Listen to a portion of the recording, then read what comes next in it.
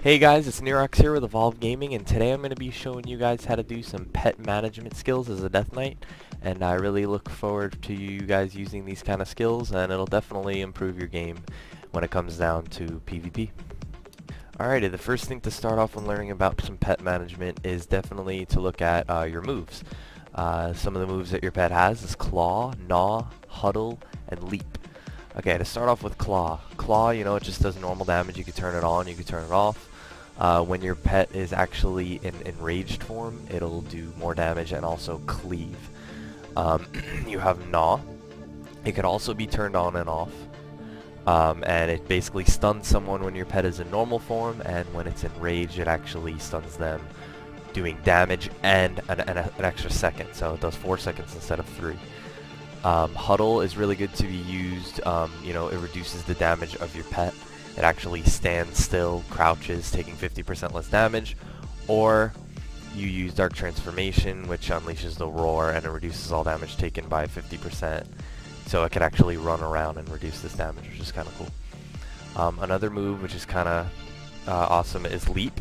Yeah, you know, you could basically just have your pet leap towards a target so it can close that gap and your pet can actually get uptime on something. And when it's in Dark Transformation, it actually locks out a spell if something's being casted, or it charges and immobilizes. It does all of those effects in one. Okay, so taking a look at the move Claw. Claw can actually be turned on and off, like I said earlier, and the thing about it is most people have an on-off switch. So basically you'll have a macro that turns your Claw on, and it'll just keep continuously using Claw whenever you guys would like. But I prefer actually to macro Claw into my strikes.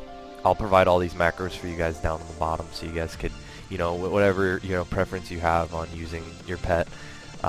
This is just personally what I do. I actually keep it off and macro it into my strikes. But you know, it's definitely a good move, and you know, I do spam my buttons a lot, so my Claw will keep attacking as my pet gains energy.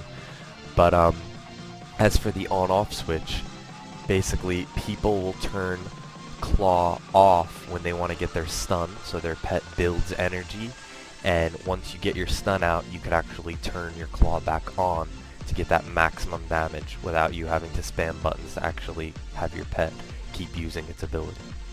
Alrighty, a cool trick that I want to show you guys is this pet leap that I do.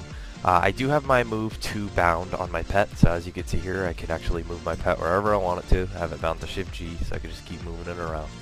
So now, say for instance me and my pet are actually attacking this target, and it is a healer. If the healer's trying to, you know, cast a heal, and I actually don't have a, you know, a silence up, I don't have a mind freeze up, I can actually pull my pet back and leap him without having to, you know, click move 2 and pulling it back on its own. So it's kind of a cool trick there.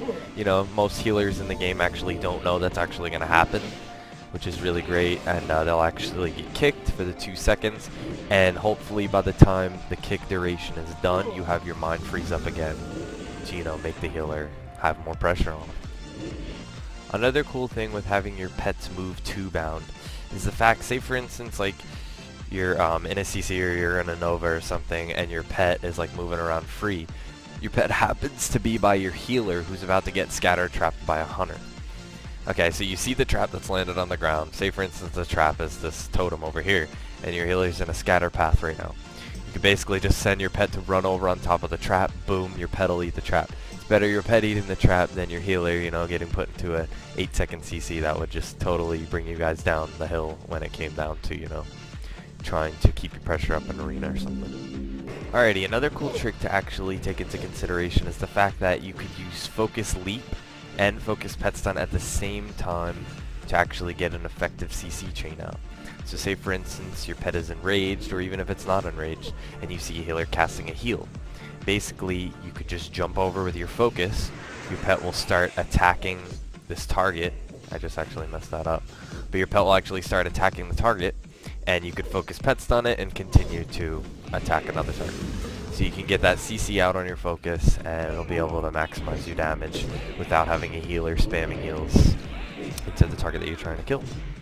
One thing that I want to make sure that all you DKs out there know is the fact that sometimes your gargoyle might attack the wrong target. So my gargoyle is attacking this totem, but say for instance I want my gargoyle to attack this totem, I could actually transfer it over. That's just a simple macro. I actually put it in my Chains of Ice macro, and my pet will actually attack whatever I want it to. It's just a simple pet follow, pet attack macro in the same exact sequence. So it'll help your gargoyle keep on your target that you really want it to be on, and not off on a random tangent hitting something else. I hope you guys enjoyed and learned something from this video, and if you guys have any questions, as always, please ask them down in the comments, or even you can go on Evolve Gaming's website under the Ask Contributor section, and I'll always be there. I'll be able to answer all your questions that you guys have. And thanks again, you guys. Neroxz out.